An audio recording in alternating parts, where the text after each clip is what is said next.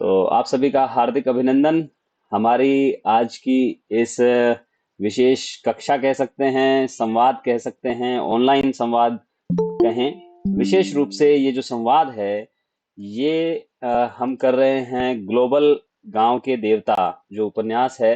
रणेंद्र जी ने ये उपन्यास लिखा है, उस पर चर्चा करते हुए हम आज का ये ऑनलाइन जो संवाद है कार्यक्रम उसको आयोजित कर रहे हैं। हमारे साथ जुड़े हैं हिंदी साहित्य के विद्वान साथी डॉक्टर बलदेव महर्षि जी, जो विभिन्न ऑनलाइन माध्यमों पर भी निरंतर सक्रिय रहते हैं और विद्यार्थियों को प्रतियोगी परीक्षाओं से लेकर के हिंदी साहित्य के जो गहनतम अध्ययन की एक प्रक्रिया है उसके बारे में निरंतर आप मार्गदर्शन देते हैं। तो आप सभी आज हमारे जो साथी हैं बलदेव महर्षि जी, उनके विचारों से लाभान्वित होंगे। विशेष रूप से राजऋषि भर्तृ मत्स्य विश्वविद्यालय के पाठ्यक्रम में द्वितीय सेमेस्टर के पाठ्यक्रम में एक उपन्यास है ग्लोबल गांव के देवता। तो इस उपन्यास ये एक विशेष उपन्यास है। आदिवासी जीवन की समस्याओं को सामने रखने वाला उपन्यास है। मैं विद्यार्थियों को अपनी कक्षा में ये पढ़ा चुका हूँ, उस पर काफी लंबी चर्चाएं हुई हैं। लेकिन मेरा भाव था कि हमारे जो साथी हैं, योग्य साथी हैं और विद्वान साथी हैं, वो भी अगर इस तरह से अलग अलग कॉलेज के विद्यार्थियों के साथ चर्चा करें अलग अलग पुस्तकों पर, तो इससे विद्यार्थियों में भी विषय के प्रति थोड़ी गंभीरता और रुचि बढ़ेगी। और हमारे जो साथी हैं उनको भी अच्छा लगेगा कि वो नए विद्यार्थियों के साथ संवाद कर रहे हैं। तो चलिए बात करते हैं, बिल्कुल कोई देरी नहीं करते हैं। अब ग्लोबल गांव के देवता पर चर्चा करते हैं, जो रणेंद्र जी का उपन्यास है। और उस पर चर्चा करने के लिए हमारे साथ उपस्थित हैं आज बलदेव महर्षि जी, राजकीय महाविद्यालय नोहर से। तो बलदेव जी, आपका बहुत बहुत स्वागत है, अभिनंदन है आपका। आज आपने इतना समय निकाला हमारे लिए, हमारे विद्यार्थियों के लिए, चर्चा के लिए। तो मैं समझता हूँ अब मंच आपको सौंप देता हूँ, मैं अपना माइक बंद कर देता हूँ और आप अगर सीधे वार्तालाप करें विद्यार्थियों से, और हमारे साथी जुड़े हैं कुछ, उन सभी से आप संवाद करें। स्वागत। जी। सबसे पहले दीपक जी आपका बहुत बहुत आभार, और हमारे आपके विद्यार्थियों का भी बहुत बहुत आभार, जिन्होंने मुझे बातचीत के लिए चुना और उन्होंने ये इच्छा रखी कि बातचीत आपके साथ हो। मुझे लगता है कि आप एक कैमरा तो ऑन रखें आपका, नहीं तो मुझे लगता है कि मैं इस मोबाइल से बात नहीं कर पाऊंगा। अच्छा, हाँ दीपक जी ठीक है। आप एक कैमरा अपना ऑन हाँ हाँ रखिए, हाँ, कोई चलिए दिक्कत नहीं। मैं तो सोच रहा था कि हाँ ठीक है। चलिए मैं और छोटा छोटा स्क्रीन रखता हूँ अपना, है ना, ऐसे। कैथल राजकीय महाविद्यालय के विद्यार्थियों का स्वागत, हमारे जो साथी जो जुड़े हैं उनका भी स्वागत। और दीपक जी हमारे अग्रज, हमारे गुरु समान रहे हैं, और ये अच्छी बात है कि जो उन्होंने विद्यार्थियों को पढ़ाया है और जो चर्चा उन्होंने विद्यार्थियों के साथ ग्लोबल गांव के देवता पर की है, उस चर्चा को मैं नहीं सुन पाया, नहीं तो मुझे लगता है कि मेरे बताने लायक कोई बात रहती नहीं।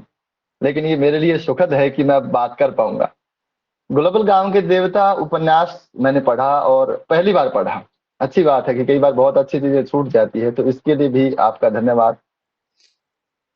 मैं इसमें मैंने कुछ बिंदु बनाए हैं और इसका एक डॉक्यूमेंट मैं आपके साथ शेयर करूंगा। हो सकता है विद्यार्थियों के कोई काम आए, तो वो भी मैंने क्योंकि कुछ बिंदु बनाकर, हालांकि हमारी बात करने के दो तीन तरीके हो सकते हैं। एक तो हम किसी रचना पर लंबा व्याख्यान दें और केवल उस पर एक भाषण की तरह बात करें, लेकिन मुझे लगता है कि हमारे विद्यार्थियों को परीक्षा भी देनी है, तो थोड़े से अगर बिंदुवार बात की जाए तो ठीक है। सबसे पहले शिल्प के बारे में, उपन्यास के ढांचे के बारे में थोड़ी दो चार बातें करेंगे, और ज्यादा बातें हम उपन्यास में जो मुख्य विषय उठाए गए हैं उन पर बात करेंगे। ग्लोबल गांव का देवता, क्योंकि हमने अभी अब आपने बताया कि डॉक्टर रणेंद्र ने इसको लिखा है, और यह एक अस्मिता मूलक उपन्यास है, इसकी चर्चा मैं बाद में करूंगा। सबसे पहले मैं इसकी प्लॉट की बात करता हूँ। देखिए, इस उपन्यास में असामान्य कुछ भी नहीं है, सब बहुत सामान्य है। अगर हम कथा वस्तु की बात करें, इसके प्लॉट की बात करें, तो हमारे हिंदी साहित्य में आपको ऐसी कई रचनाएं मिलेगी जो अध्यापकों के द्वारा जो स्कूली नौकरी के दौरान जो प्रवास होता है और वहां जो घटनाएं घटती हैं, उसको आधार बनाकर हिंदी साहित्य में इसके अलावा भी अनेक उपन्यास लिखे गए हैं। जिसमें हमें याद आता है मैत्रेयी पुष्पा का चाक है, जिसमें एक अध्यापक है वो, और बहुत सारे ऐसे उपन्यास है। मैंने खुद जब अपना करियर शुरू किया था एक अध्यापक के रूप में, प्राथमिक उच्च प्राथमिक विद्यालय में। तो वहां मैं एक ऐसे परिवेश में रहा, हालांकि मैं उतना संवेदनशील व्यक्ति नहीं हूँ शायद, और मैं उसमें इन्वॉल्व नहीं हो पाया, नहीं तो शायद मेरी भी एक कहानी होती। हर अध्यापक जब कहीं जाता है नई जगह, तो वहां उसकी एक अपनी एक कहानी होती है, अगर वह उस परिवेश में शामिल होता है। तो इसका प्लॉट बहुत एक सामान्य है, और सबसे एक खास बात यह कि आकार में बहुत छोटा है। लेकिन ये जितना आकार में छोटा है, उतना अपनी बात कहने में सफल हुआ है। विद्यार्थी, जो नए विद्यार्थी होते हैं, वो छोटी और लघु आकार की रचनाओं को मतलब ज्यादा पसंद करते हैं। मुझे याद है कि एक बार मैं अपने विद्यार्थियों को लाइब्रेरी में लेकर गया, और मैंने कहा कि आपको कम से कम एक एक दो दो साहित्यिक रचनाएं पढ़नी चाहिए अपने पाठ्यक्रम के अलावा। तो ज्यादातर विद्यार्थियों ने पतली रचनाओं को चुना। हालांकि एक विद्यार्थी ने भ्रम में आकर कामायनी को उठा लिया, तो कि पतली होने के बावजूद बहुत गहरी रचना है। तो ये अपने आकार में बहुत छोटा है, लेकिन इसकी एक खास बात यह है कि जब आप इसको पूरा करते हैं और जब आप इसको पढ़ देते हैं, तो जो असुर जनजाति की जो पीड़ा है और इसमें जो विषय उठाया गया है, उसके साथ विद्यार्थी पूरी तरह से तादात्म्य स्थापित कर लेता है। ये मान के चलिए कि पूरी रचना पढ़ने के बाद में आपके मन में कहीं भी एक यह भाव नहीं रह जाता है कि अभी तो कुछ और पढ़ते तो बात पूरी हो जाती है। 100 पेज का छोटा सा उपन्यास है, और यह अपने अंत तक आते आते असुर जनजाति के प्रति पूरी सहानुभूति पाठक की बटोर लेता है। और मुझे लगता है कि अस्मिता मूलक जो भी रचनाएं लिखी जाती है, उसकी यह पहली शर्त है।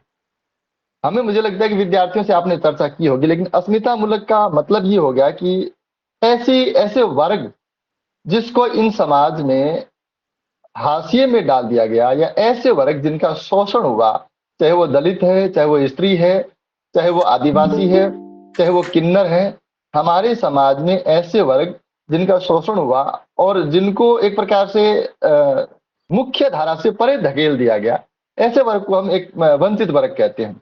और ऐसे वंचित वर्ग अपने अस्तित्व को बचाए रखने के लिए जब आवाज उठाते हैं, अपनी अस्मिता को बचाने के लिए जब आवाज उठाते हैं, तो हम उसको अस्मिता मूलक विमर्श कहते हैं।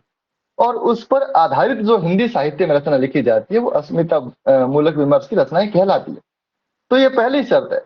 अगर कोई भी, चाहे वो दलित पे लिखी गई रचना हो, चाहे वो स्त्री विमर्श पे लिखी गई रचना हो, चाहे वो आदिवासी विमर्श की रचना हो, अगर पाठक को वह अपने साथ तादात्म्य स्थापित नहीं कर पाती है, अपने साथ जोड़ नहीं पाती है, तो वह रचना असफल कही जाएगी। तो इस चुनौती पर, इस कसौटी पर यह उपन्यास बिल्कुल खरा उतरता है, और अपने अंत तक यह पाठक को अपने साथ जोड़ देता है।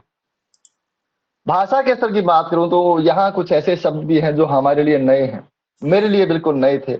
लेकिन उपन्यास की खास बात यह है कि इसमें सैकड़ों शब्द ऐसे हैं जिनको अगर आप नहीं समझ पाएंगे तो भी कोई समस्या नहीं, आप उपन्यास की मूल विषय वस्तु को समझ पाएंगे, इसमें आपको बाधा नहीं आएगी। एक, जब हम बात कर रहे हैं, प्लॉट की बात कर रहे हैं, विषय वस्तु की बात कर रहे हैं, भाषा की बात कर रहे हैं, तो मुझे एक बात और कहनी चाहिए कि जब इस उपन्यास को कभी तत्वों पर कसा जाए, उपन्यास के 6 तत्व होते हैं और विद्यार्थियों को 6 तत्वों के आधार पर समीक्षा लिखनी होती है। तो एक बात मुझे लगता है विद्यार्थी अवश्य ध्यान रखें कि इसका जो नायक है, वो कोई कथावाचक नहीं है, वो कोई रुमझुम असुर नहीं है। इसका नायक भैरव पाठ है। इसका जो नायक है वो एक, मतलब एक वो विशेष क्षेत्र है, और वही उभर कर सामने आता। आप इस कहानी को पढ़ेंगे तो आप नहीं मान सकते कि इस कहानी में कोई नायक है, क्योंकि पूरी कहानी में शुरुआत से लेकर जब उसकी पोस्टिंग होती है, वहां से लेकर आखिर तक भैरव पाठी जिंदा है। वो ऐसा लगता है कि वही संघर्ष कर रहा है।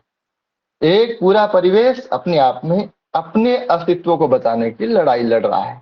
जो पात्र आ रहे हैं, जो बीच बीच में, चाहे वो रुमझुम कभी बागडोर संभालता है, और कभी चाहे वो एक लड़की है ललिता, वो बागडोर संभालती है, कोई भी हो, ऐसा लगता है कि ये एक रंगमंच है। और इसमें जो मुख्य धारा के जो कलाकार हैं, जिसके हाथ में अगुआ का झंडा रहेगा, वो बदलता रहता है। पर्दा, कैनवास वही रहता है। तो हम कह सकते हैं कि इसका नायक भैरव पाठ है। इसका थोड़ा सा अवश्य अपने भौरा पाठ से इसको कहा गया है, इसका थोड़ा सा ध्यान रखिए।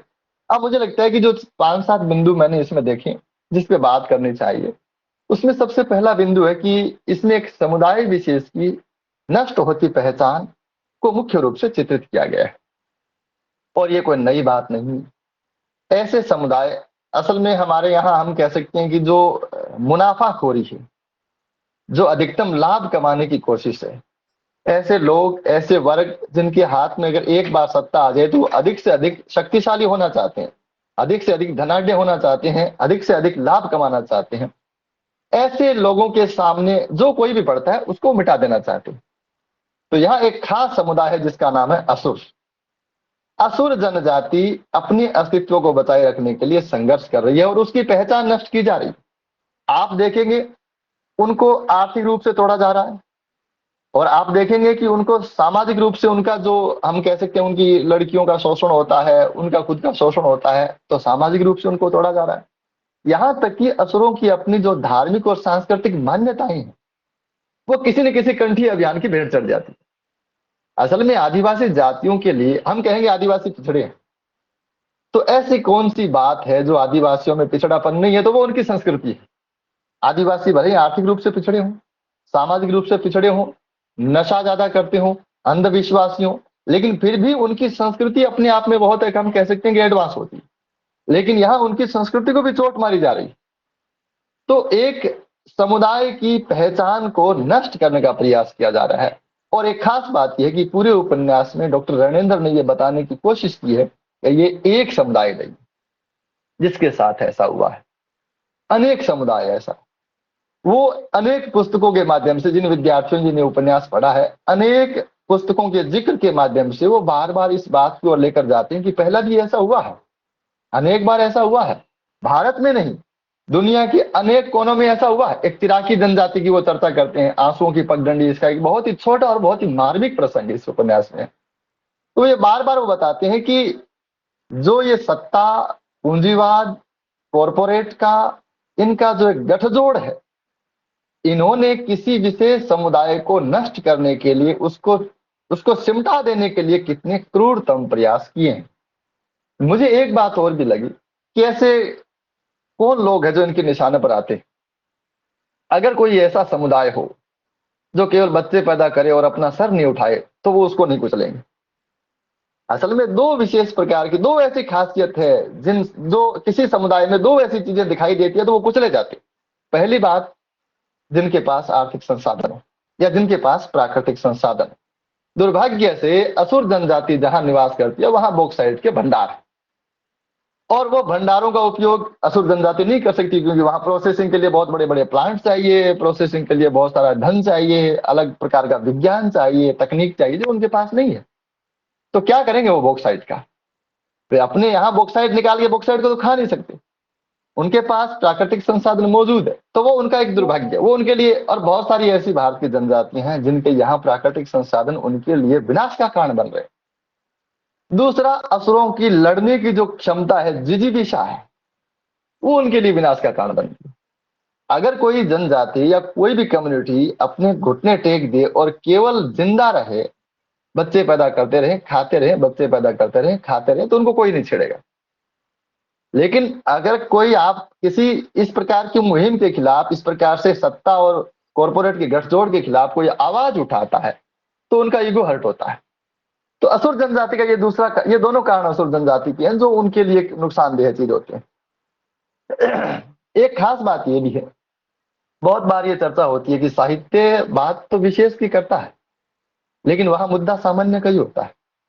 हमें यह भी देखना चाहिए कि असुर जनजाति एक नाम है, और ग्लोबल गांव के देवता उपन्यास को केवल असुर जनजाति के संदर्भ में देखा जाना लेखक की सोच के साथ अन्याय होगा।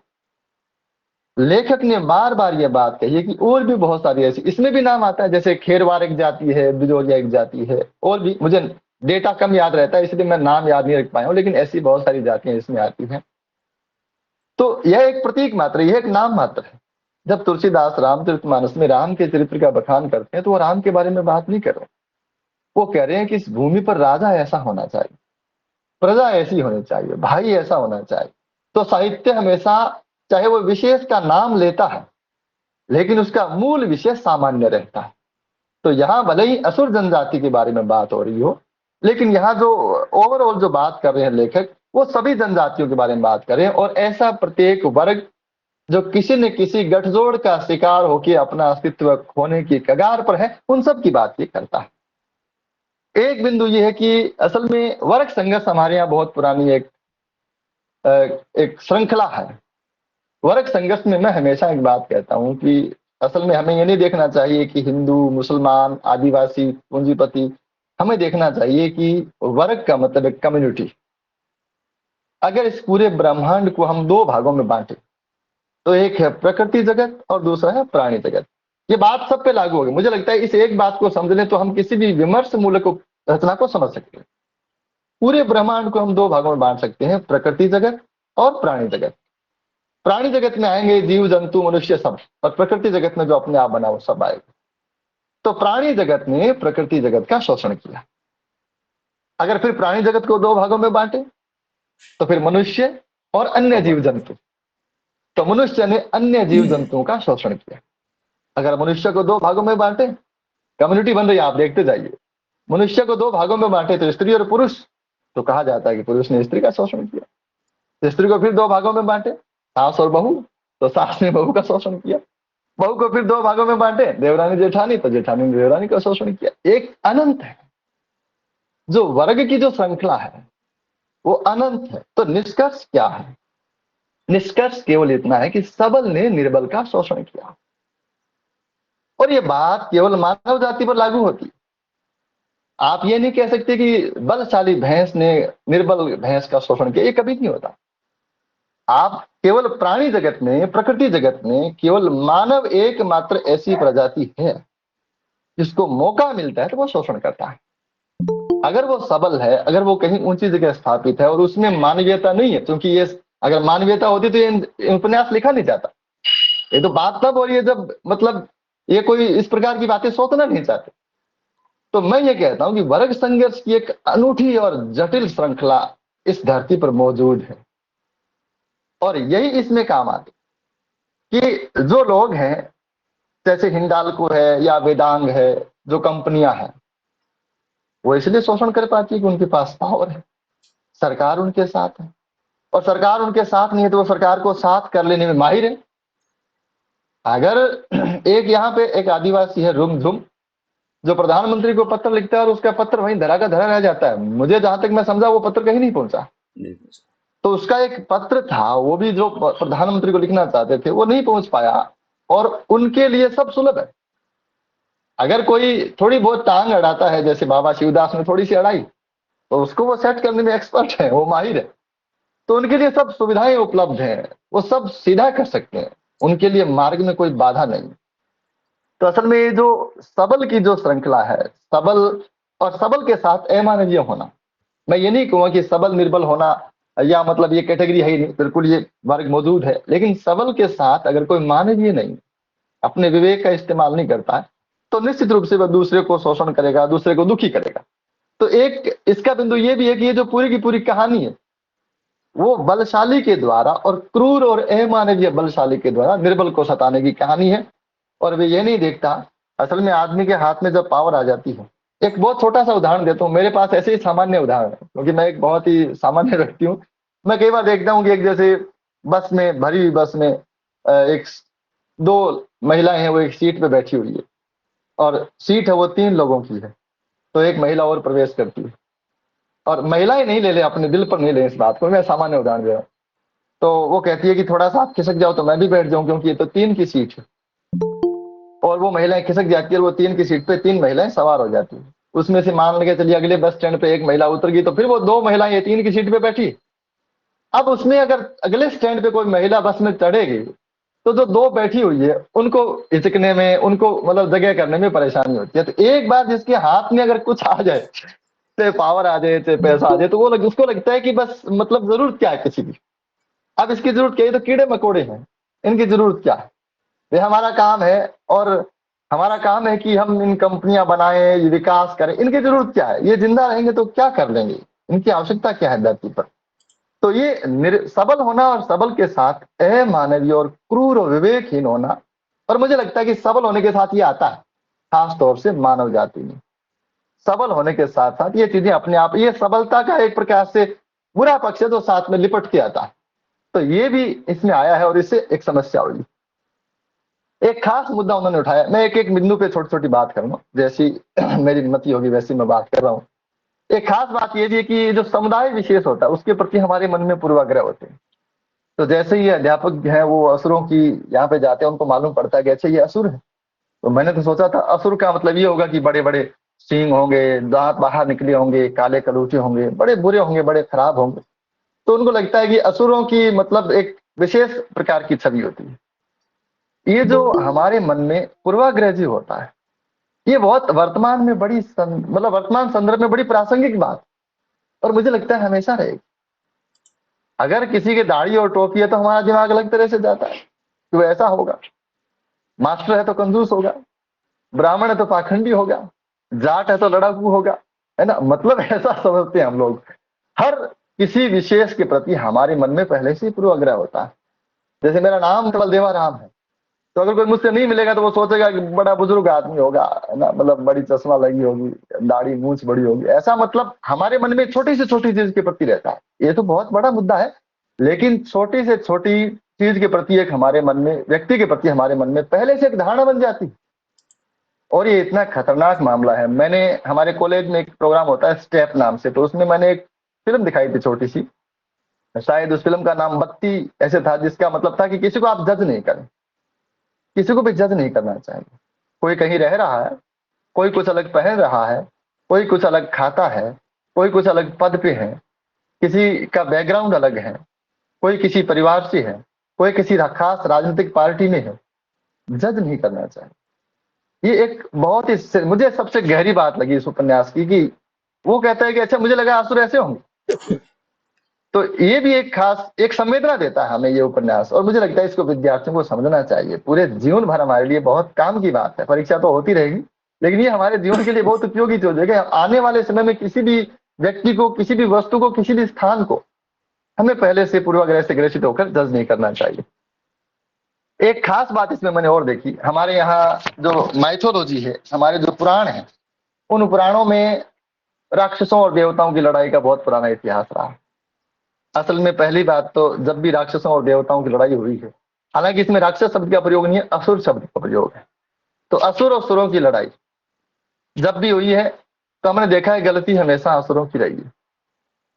और लड़ाई का जब भी वर्णन हमने पढ़ा है, क्योंकि हमने तो नहीं देखी लड़ाई, हमने देवताओं और राक्षसों की लड़ाई नहीं देखी, हमने केवल उसको पढ़ा है। और पढ़ा तो हमने पाया कि हमेशा असुर अमानवीय, क्रूर और मारे जाने लायक थे, वो इसे योग्य थे, इस सजा के भागीदार। इस पुरानी बात का, इस पुरानी लड़ाई का, इस पौराणिक लड़ाई का लेखक ने बहुत ही चतुराई से प्रयोग किया है, और सिस्टमेटिक ढंग से बाकायदा असुरों की जगह उन्होंने कॉरपोरेट को रखा है। अब उपन्यास के शीर्षक में भी थोड़ी बात हो सकती है, ग्लोबल गांव के देवता। ग्लोबल गांव का मतलब है कि ये धरती अब एक गांव बन चुकी है, और इस धरती में अब जो है, हम मतलब हमारी जो पहुंच है, मल्टीनेशनल कंपनियां हो चाहे एक आम आदमी हो, उसकी पहुंच कहीं पर भी हो सकती है संचार माध्यमों के द्वारा, तकनीक के द्वारा। तो इस गांव के देवता कौन है? इस गांव के देवता, इस ग्लोबल गांव के देवता, इस विश्व के वर्तमान के देवता है, वो कॉरपोरेट्स हैं, वो मल्टीनेशनल कंपनियां हैं, चाहे वो शिंडाल्को हो चाहे वेदांत। तो अब लड़ाई इन असुरों की उन देवताओं से नहीं है जो विमान से चढ़ के, और जिनके हाथ में शंख चक्र, जो भी मतलब उनके पौराणिक, है ना। मुझे लगता है कि इस प्रकार की बात हमें नहीं कहना चाहिए, किसी की भावनाएं आहत हो सकती है। लेकिन मैं ये कहना चाहता हूं कि जो पुराने समय में जैसे हाथ उन्होंने ऐसे किया और उससे कोई चक्र निकल रहा है या कोई तीर निकल रहा है, उन देवताओं से नहीं है। इन असुरों की लड़ाई उन देवताओं से है जो हवाई जहाज नामक यान में चढ़ के आते हैं, और उनके भी हाथ बड़े बड़े हैं और लंबे लंबे हैं। उनके भी चार हाथ। पहले हमारे पौराणिक देवताओं के अनेक हाथ, किसी के अनेक सिर, किसी के पास अनेक शक्तियां। ये वैसे ही है। ये भी वैसे ही है। तो असल में, हालांकि बार बार रणेंद्र ने इस बात पे भी फोकस किया है कि हमारी जनजाति को मिटाने के लिए कितनी ऐसी मिथकीय कथाएं लिखी गई है, जहां असुरों का नाश करने के लिए देवताओं ने उनके पीछे दौड़े, उनको मारा, किसी को जलाया, किसी को भगाया। ये जो ग्लोबल गांव के देवता हैं, मतलब कॉरपोरेट्स, ये भी वैसे ही। इनके भी कई हाथ, इनके पास भी मतलब शक्ति का अलग अलग सोर्स है, अलग अलग स्रोत है। हालांकि वो दिखने में सामान्य आदमी जैसे हैं, लेकिन उनकी भुजाएं छिपी हुई। उनके पास जो शक्तियों के संसाधन है, वो मतलब एक प्रकार से हम कह सकते हैं अप्रत्यक्ष। तो लड़ाई वही है, चाहे पुरानी काल रहा हो चाहे वर्तमान काल रहा। इन असुरों की लड़ाई उन देवताओं से। इन असुरों की लड़ाई पौराणिक काल में जिन देवताओं से होती थी, माइथोलॉजी में जो हमारे देवताओं से होती थी, पौराणिक देवताओं से होती थी, वैसी ये लड़ाई। तो ये जो असुरों की और देवताओं की लड़ाई है, इसका बहुत सुंदर प्रयोग अपनी बात कहने के लिए लेखक ने किया। ये भी बहुत इस उपन्यास की खूबी और बड़ी सुंदर बात लगी। एक खास बात इसमें और भी है कि ऐसा कोई भी समुदाय जब होता है, जैसे गरीब और आदिवासी समुदाय, जब हम उपन्यास की शुरुआत को देखते हैं, उपन्यास की शुरुआत से लेकर अंत तक हम देखते हैं कि असुर जनजाति और अधिक पिछड़ती जाती। तो ये कहानी यह भी दिखाती है कि जो गरीब और पिछड़े हैं, वो और अधिक पिछड़ते जाते हैं, वो और गरीब होते जाते हैं। हमारे यहाँ कहा जाता है कि अमीर और गरीब के बीच में खाई तो रहेगी, अमीर और गरीब के बीच में खाई तो रहेगी। हालांकि मुझे लगता है कहीं ना कहीं कहीं लिखा हुआ है ये, कहीं संविधान आदि में, कि अमीर और गरीब के बीच में खाई है वो 1:17 की हो सकती है। हालांकि हमारे विद्वान साथी थे आर पी सर्राफ, जम्मू कश्मीर के, उन्होंने कहा कि इस देश में सबसे अच्छी व्यवस्था तब होगी जब अमीर से अमीर व्यक्ति और गरीब से गरीब व्यक्ति के बीच में 1:5 का अंतर होगा। ये आदर्श स्थिति होगी, मिटेगी तो कभी नहीं, ये तो निश्चित है। लेकिन आप देखिए कि अब जो वर्तमान जो समय है, इसमें ये जो खाई है वो अनंत गुना है। कितने ही जीरो लगा लीजिए, ये भरेगी नहीं, ये पटेगी नहीं खाई, और ये बढ़ती जाती है। इसका कारण भी कई हैं। जैसे हम कह सकते हैं कि असुर जनजाति है, उसमें नशे की प्रवृत्ति ज्यादा है, अंधविश्वास की प्रवृत्ति बहुत ज्यादा है। और अभी भी वो ऐसे, जैसे मतलब वहां ऐसे अंधविश्वास प्रचलित हैं कि जैसे आदमी के खून से में सनाकर अगर चावल छिड़क दिया जाए तो फसल अच्छी हो। ये वहां पे अंधविश्वास अभी भी मौजूद है। और खास बात यह है कि उन अंधविश्वासों की मार उन पे ही पड़ती है, उन अंधविश्वासों के आड़ में वही मारे जाते हैं, और वो भरोसा करते हैं इस पर। वो कहते हैं कि फलाने आदमी की, कभी कभी मनुष्य की गांव गांव के देवता को राजी करने के लिए और किसी देव को राजी करने के लिए किसी व्यक्ति की बलि दी जानी आवश्यक। अब एक व्यक्ति के बलि को टाल देंगे तो गांव पे प्रकोप हो जाएगा, तो इससे अच्छा एक व्यक्ति की बलि दी जाए। यहाँ पे एक लालचंद नाम का कैरेक्टर है, उसके चाचा की हत्या होती है। उसको लेखक ने यूं लिखा है कि लालचंद के चाचा को पूज दिया गया था। ये बहुत गहरी और बहुत संवेदनशील पंक्ति है, पूज दिया गया था। बहुत एक खतरनाक अंधविश्वास की ओर इशारा करती। तो चाहे वो अंधविश्वास हो, चाहे वो नशा हो, चाहे वो अशिक्षा हो, इन सब के कारण वो और अधिक पिछड़ते जाते हैं। एक और उनके पिछड़ेपन का कारण, और ज्यादा पिछड़तेपन, और ज्यादा पिछड़ते जाने का एक जो विशेष कारण है, वो है उनका मनोबल डाउन किया जाता है। बार बार ये कोशिश की जाती है कि तुम निकम्मा हो, तुम नाकारा हो, तुम योग्य नहीं हो इस काम के। उनको तोड़ा जाता है, उनकी स्त्रियों का शोषण होता है, उनको या तो ठीक से काम दिया नहीं जाता, या अगर उनको कोई ठीक से ढंग का काम उनको दिया नहीं जाता, उनको निचले दर्जे के काम दिए जाते हैं, उनको लेबर क्लास के काम दिए जाते हैं, भले वो एमए पढ़े लिखे हों। इसमें ऐसे करेक्टर आते हैं जो पढ़ लिख रहे हैं, जो यूनिवर्सिटी में पढ़ रहे हैं, लेकिन उनको जो काम मिलते हैं वो निचले दर्जे के काम मिलते हैं। तो उनकी जो मनोबल है उनको बार बार तोड़ा जाता है, तो फिर वो घुटने टेक देते हैं। तो असल में इसका एक मतलब खामियाजा ये भी देखना पड़ता है कि बार बार इसमें लोगों को प्रताड़ित किया जाता है, तो फिर वो और ज्यादा पतन की ओर चले जाते हैं, तो और ज्यादा पिछड़ते चले जाते हैं। अवसर और सुविधाओं में गहरी असमानता, ये भी इस उपन्यास का मुद्दा है। एक पाथरक पाठ नाम का एक स्कूल उसमें दिखाया गया है। मुझे ऐसा लगता है कि किसी को मारना हो या किसी को पतन में धकेलना हो, तो आप दो काम करिए, एक तो उनको मौके ही मत दीजिए, और दूसरा उनको सुविधाओं से वंचित रखिए। भाई आदमी अपना 100% कब दे पाएगा? जब उसको ठीक से सुविधा मिलेगी। ठीक से बराबर वो डिफीट कब कर पाएगा? जब उसको ठीक से सुविधा मिलेगी और ठीक से मौके मिलेंगे। तो अगर आप किसी को मौके ही नहीं देते हैं तो उसकी प्रतिभा धरी की धरी रह जाएगी, चाहे वो कितने प्रतिभाशाली। मुझे याद है कि मेरे गांव में एक व्यक्ति 90 साल तक अपने यहाँ, तागड़ी बांधी जाती है गाँव में, एक तागड़ी, काला धागा बांधा जाता है, इसको तागड़ी बोलते हैं। 90 साल तक उसने अपनी घर की चाबी अपनी तागड़ी में रखी। यानी चाबी अपनी तागड़ी में रखने का मतलब है कि चौधर उसके पास है। और जब वो 90 साल में मरा तो वो तागड़ी की चाबी खुलकर उसकी कमर से उसके पोते के हाथ में आ गई, और उसका जो पोता है वो मेरा मित्र है। तो मैं उसको हमेशा एक बात कहता हूं कि तुम्हारे पिता का क्या दोष था? तुम्हारे पिता ने तो कभी बाजार जाके एक जोड़ी कपड़ा नहीं खरीदा, तो क्या उनमें कुछ करने का काम काबिलियत नहीं था?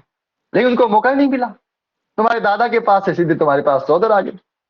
अब बीच में से एक पीढ़ी बिल्कुल खत्म। और हमारे देश में ऐसा प्रतिभाओं का नाश होने का एक अंबार है, एक ढेर है। तो असुर जनजाति के साथ या किसी भी जनजाति के साथ जिसको मारना हो, जिसको निचोड़ना हो, जिसको नष्ट करना हो, उसके लिए दो काम बहुत गहरे हैं। आप ये देख सकते हैं पूरे अपने आसपास, अवसर मत दीजिए और सुविधाएं कम कीजिए। तो ये असुर जनजाति के साथ बराबर रूप से हुआ है। बदलाव की तेज गति, एक बिंदु ये भी है, ये मैं डॉक्यूमेंट शेयर करूंगा आपके साथ, आप विद्यार्थियों के साथ शेयर कर सकते हैं। बदलाव की तेज गति यानी असुर जनजाति हम कह सकते हैं कि सांस्कृतिक रूप से एक आदिम समय में जी रही है और ये दुनिया तेजी से बदल रही है। वो ग्लोबल गांव के देवता है और ये पुराने जमाने के असुर है, इसीलिए संघर्ष हो रहा। अगर बदलाव की तेज गति को कोई भी जाति नहीं समझ पाती है, हजारी प्रसाद द्विवेदी कहते हैं कि चलते रहिए, जमे कि मरे, है ना, तो वो बात यहाँ लागू होती है। आप मान के चलिए कि इतना दुनिया में तेज गति से बदलाव हो रहा है। मैं कभी कभी सोचता हूं कि 1901 से लेकर 2010 तक 110 सालों में जितना बदलाव हुआ, उसका 100 गुना बदलाव 2011 से 2025 के बीच में 15 सालों में हो गया। और ये बात मैं तब कह रहा हूं जब मैं 80% बदलावों के बारे में जानता ही नहीं। मैं तो गांव में रहता हूं। अगर मैं सारे बदलावों के बारे में और जान चुका अभी होता तो मुझे लगता है मैं पागल हो जाता। हाँ। अभी एक विद्वान ये कह रहे थे, और अभी हाँ। लग सकता है कि वो पता नहीं गलत कह रहे हैं क्या, लेकिन हकीकत ये है कि बदलाव इतनी तेजी से हो रहे हैं कि अभी उन्होंने कहा, विकास दिव्य कीर्ति जी ने कहा शायद, कि हम्म। आने वाले 2 साल में हम जिस चैट जीपीटी को ये समझ रहे हैं कि ये कोई क्रांतिकारी एक परिवर्तन आ गया है, हाँ। वो हम्म। 2 साल में चैट जीपीटी बनाने वाले लोगों को लगेगा कि हमने क्या मूर्खतापूर्ण चीज बनाई थी। सही। है ना? तो चीजें हाँ, इतनी तेजी से बदल रही हैं।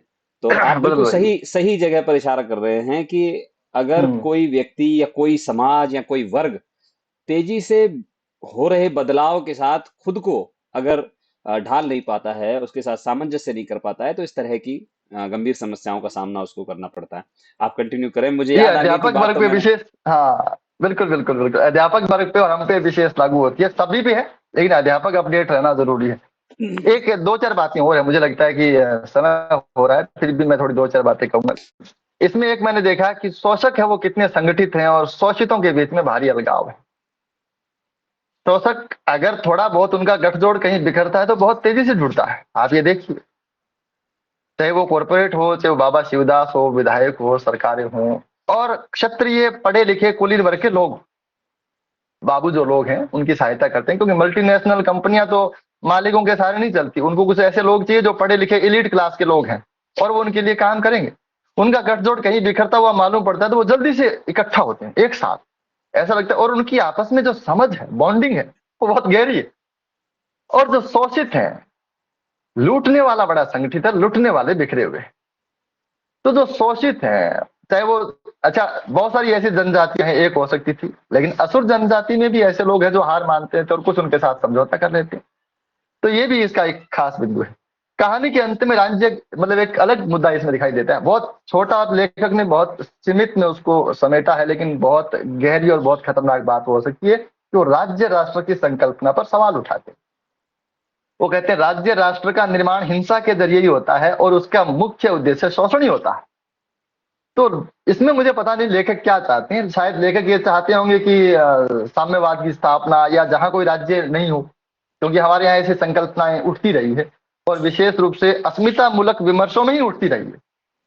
तो बहुत मैं कहूंगा चालाकी से लेखक ने बहुत जल्दी से इस मुद्दे को उठाया और वहीं समेट दिया है। तो समझने वाले बौद्धिक और एकेडमिक्स लोग हैं वो समझ पाएंगे इस बात को कि यहाँ भी एक मुद्दा उठाया गया है, राष्ट्र राज्य की संकल्पना पर सवाल उठाए गए हैं।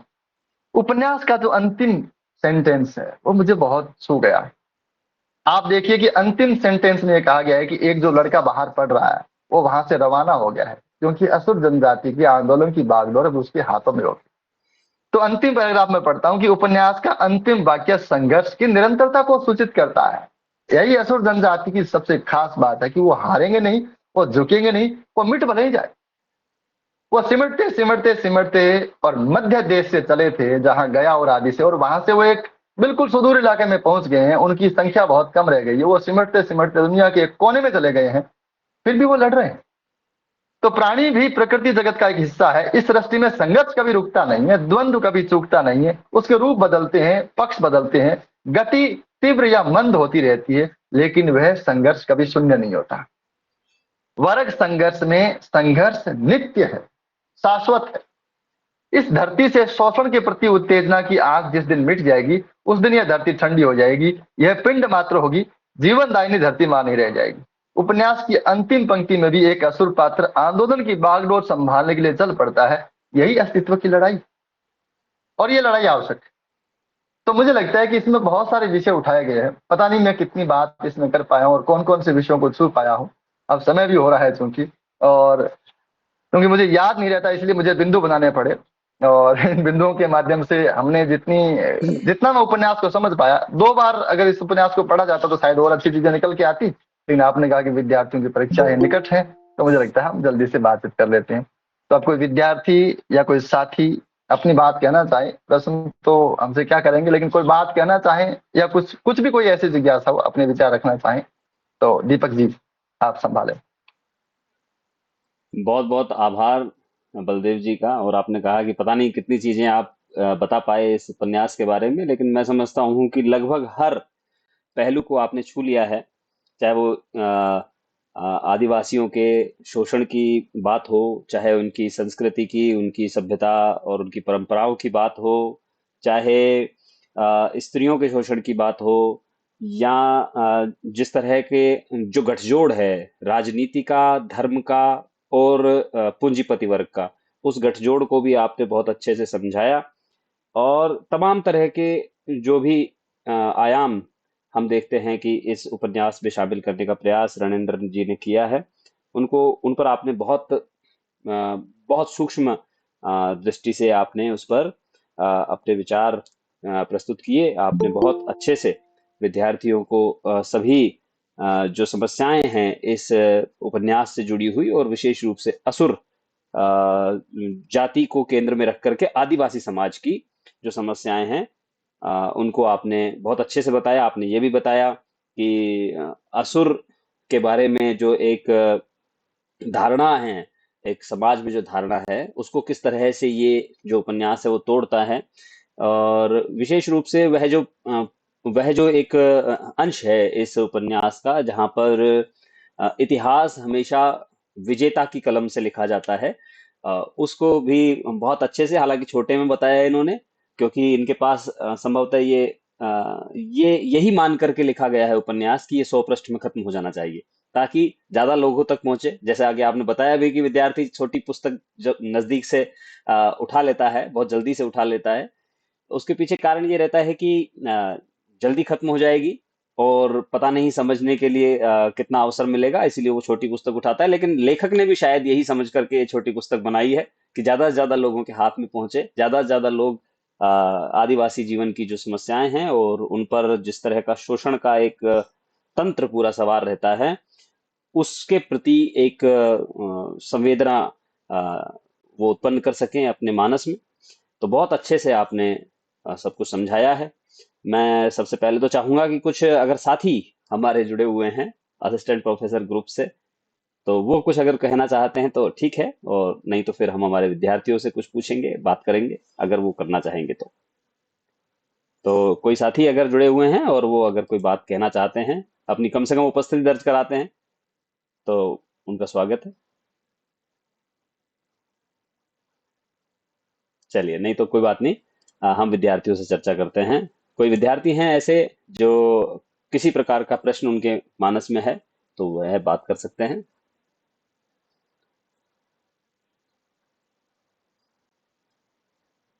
किसी का कोई प्रश्न नहीं है? चलिए मनीषा से बात करते हैं। मनीषा, कुछ कहना चाहते हो आप? जी सर। सर हाँ। समझ में तो बहुत अच्छा आया, सर ने बहुत अच्छे से समझाया, लगभग सभी बिंदुओं को सर ने बहुत अच्छी तरीके से समझा दिया। लेकिन सर जब हम देखते हैं, जैसा कि इसमें उपन्यास में बताया गया है कि पुराणों से लेकर अब तक भी मतलब उनके साथ शोषण ही उनका शोषण ही होता आया है। तो हम आज भी देखते हैं जैसे गरीबों के साथ और दलितों के साथ आज भी होता आ रहा है सर, ये आज भी मतलब जैसे हम अखबारों में पढ़ते हैं तो ऐसा होता है। सर इस पर कुछ कार्रवाई अब भी नहीं हो सकती क्या?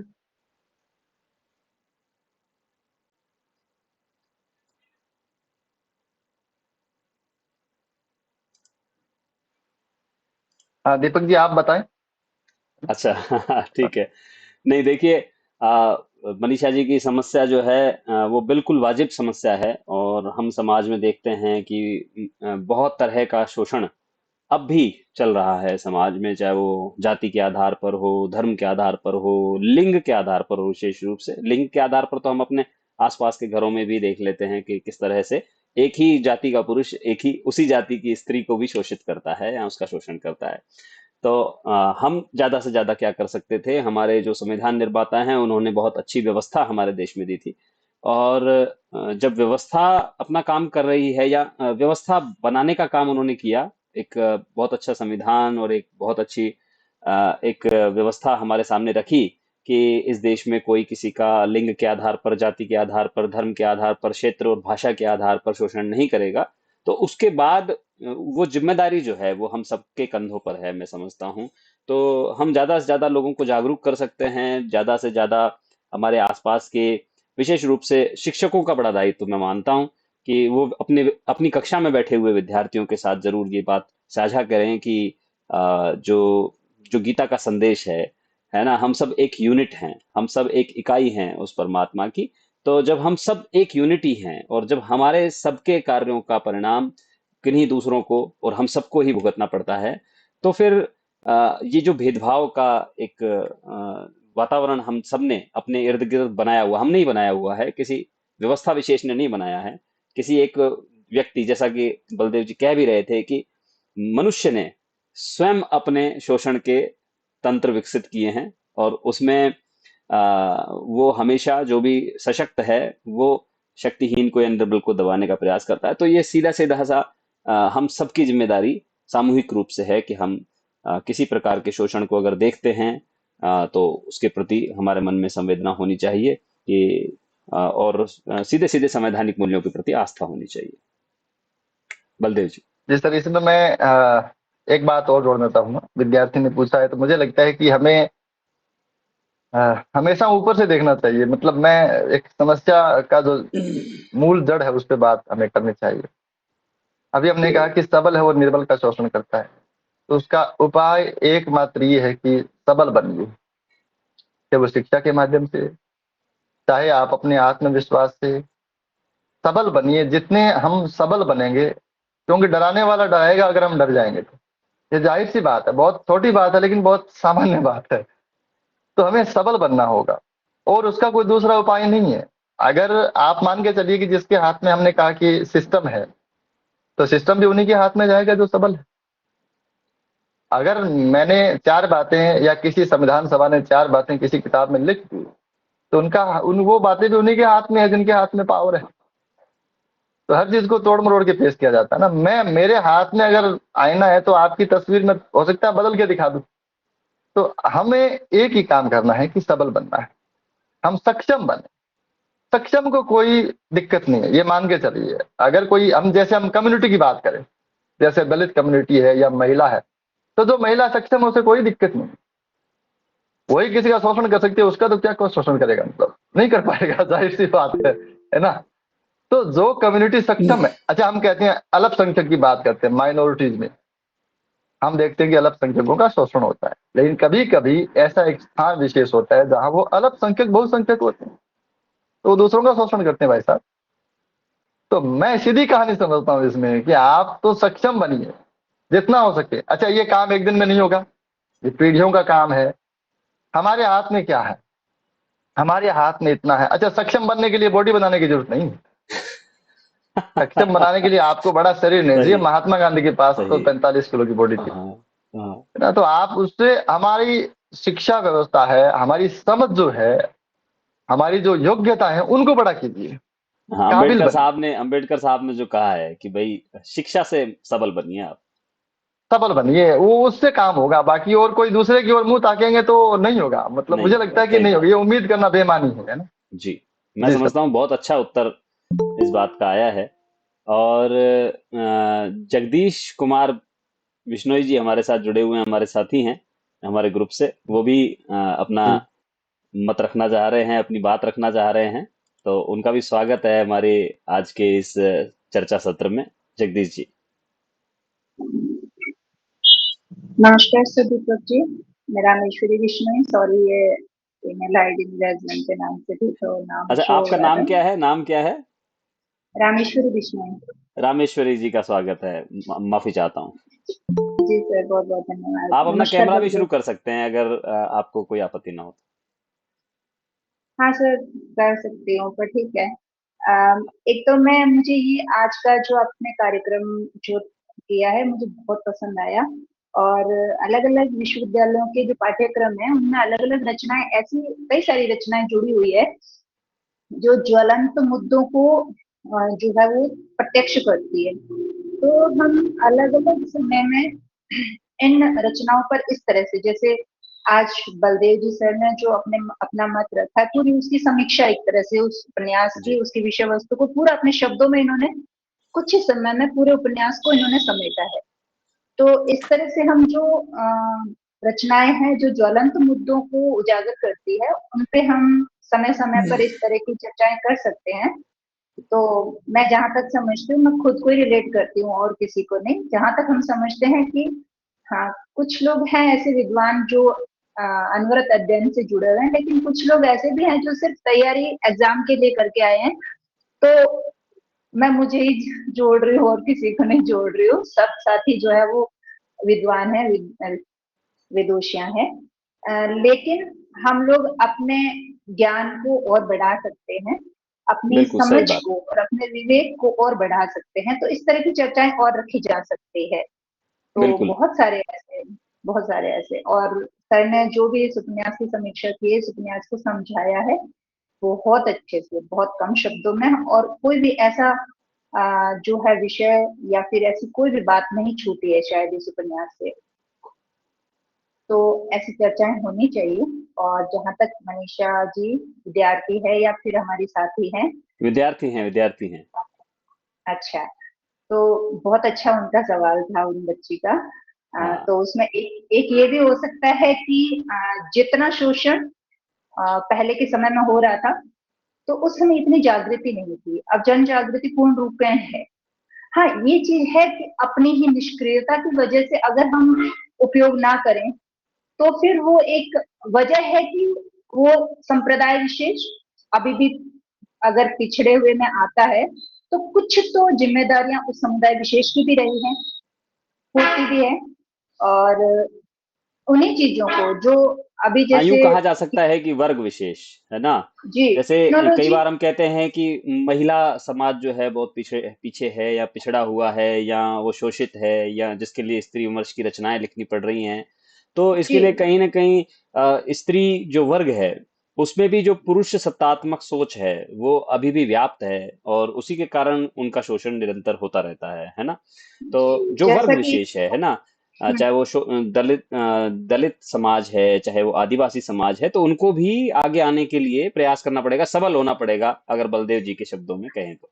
और वर्तमान समय में ऐसा नहीं है कि प्रत्यक्ष रूप से आप किसी को भी शोषित नहीं कर सकते। वो अलग अलग जो है बहुत बड़े कारण हो सकते हैं उन हिसाब से। लेकिन हम्म। आज के समय में जैसे ग्लोबल गांव, न्यास का नाम ही है, उसी से सिद्ध होता है। हम्म। तो ऐसा नहीं है कि जागृति नहीं है लोगों में। कहाँ पर लोग कितने आगे बढ़ गए हैं, कितने पिछड़े हुए हैं, हर चीज, हर इंसान उस चीज से वाकिफ है।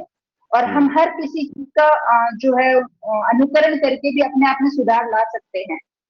सही। और ये जो टेक्नोलॉजी है, इसका हम उपयोग करके अपने विकास में भी इसका उपयोग कर सकते हैं। हाँ ठीक है, ये हमें निष्क्रिय भी बनाता है और सक्रिय भी बनाता है, वो हम पर निर्भर करता है। तो हम्म। ये एक बात थी। बहुत बहुत धन्यवाद। अच्छा, बहुत अच्छा आपका वक्तव्य रहा और आपने बहुत अच्छे से हमारे इस कार्यक्रम को सुना और उस पर जो अपनी राय रखी उसके लिए बहुत बहुत आभार रामेश्वरी जी का। और आने वाले दिनों में इस तरह के बहुत सारे कार्यक्रम मैं चाहता हूं कि हिंदी जो पूरा समाज है हमारा, हिंदी जी, असिस्टेंट प्रोफेसर जो समाज है, वो अपने अपने महाविद्यालय में अपने अपने यूनिवर्सिटी के आधार पर जो पाठ्यक्रम में रचनाएं हैं, चाहे वो एक छोटी सी कहानी क्यों ना हो, है ना, जी, उस पर जी, एक व्याख्यान इस तरह का रख सकते हैं ऑनलाइन 1 घंटे का, ताकि अलग अलग विद्वानों को अपनी बात अलग अलग क्षेत्र के विद्यार्थियों के बीच रखने का और अपने अनुभवों को साझा करने का अवसर मिले।